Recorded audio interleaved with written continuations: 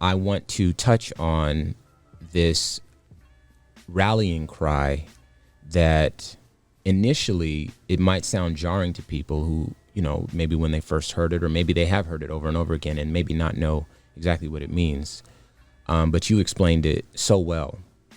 What does defund the police mean?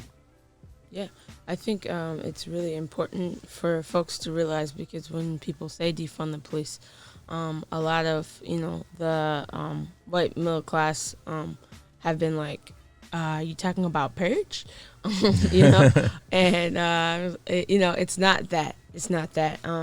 It's really important to see that where we're at and what public safety means. And when we look at where we're at right now, we know that especially in poor neighborhoods, but even in rich white neighborhoods, you call the cops after the crime has happened, right? You call the cops once they've broken into your house. You call the cops after something's been stolen, after harm has been had. So if we can agree on that, then we can agree that the police aren't keeping us safe. They're just coming after to try to clean up after the mess has been made. What we're calling for is preventative measures. We're calling for, why is that person breaking into your house in the first place? What made them? What pushed them that? Is it mental health? Is it drug addiction? Is it poverty? Those are systemic issues, and we can fix those issues. So when we call for defunding the police, what we're calling for is an investment into communities, an investment into mental health, an investment into community services, into being able to address systemic poverty, being able to, right now we do not have no social safety net for those who have mental health issues. And when we call the police, they often end up dead. So what we're calling for is a change to that. And I think that's something that we can all agree on. Even police, I think, will agree that they are not, and they've said it before, they're not able to handle. They do not have the skills or equipped with, the tools to be able to handle mental health issues, to handle homelessness, to handle drug addiction, and yet those are the people who are being called. So when we call for defunding the police, we're calling for other people to call. Who else can we call to address drug addiction? Who actually has the skills and the tools and the training to be able to help in that situation, instead of what do police have? They're armed with only guns. And so what ends up happening is people who are in crisis then have the cops call on them, and then it creates a larger crisis. So when we call for defunding the police, we're calling for a reimagination of what safety is, and a rebuilding and restructuring of the social safety net, so that these crimes don't happen. And that makes us all safer, because, when we strengthen the social safety net, when we make sure we leave no one behind, that's how you actually reduce crime.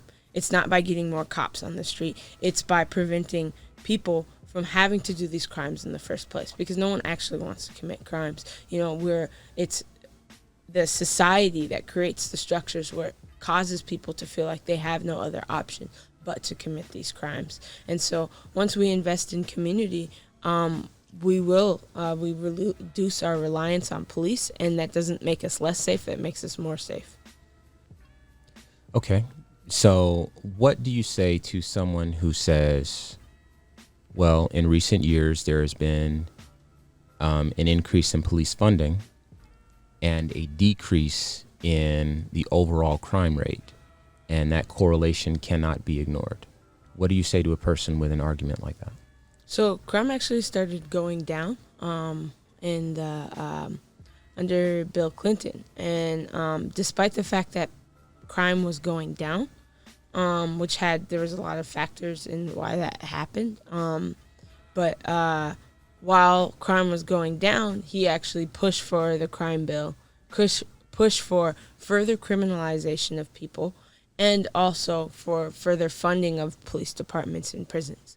And so we've created this system based off of this fear. And when you look at the type of ads Clinton was running to pass the crime bill, it was criminalization, and primarily of black men, and the right still does this. And, basically it's scare tactics. But when you look at the data, we see that crime's been going down regardless, and yet we've put all this money into police, and what has that done? How are we even defining crime? Because police killings have been going up as we've been overfunding these police departments, as we've been hiring military people to treat the streets of America like a battleground. And does that make us safer? I think we could all agree that doesn't make us safer. So I think when we look at what's needed, and what helps, it's not more funding to the police department. We research has shown a great way to decrease crime is actually to fund pre-K education. And then when you fund pre-K education, all of those who get access to that, it reduces the likelihood that they will go into be victim of the school to prison pipeline, be victim of the whole carceral system. And so when we look at how much we're spending on police, and then we look at how much like a pre-K program costs, or how much it costs to reduce class sizes so that kids, because they're basing how many prisons to build off of third grade reading scores.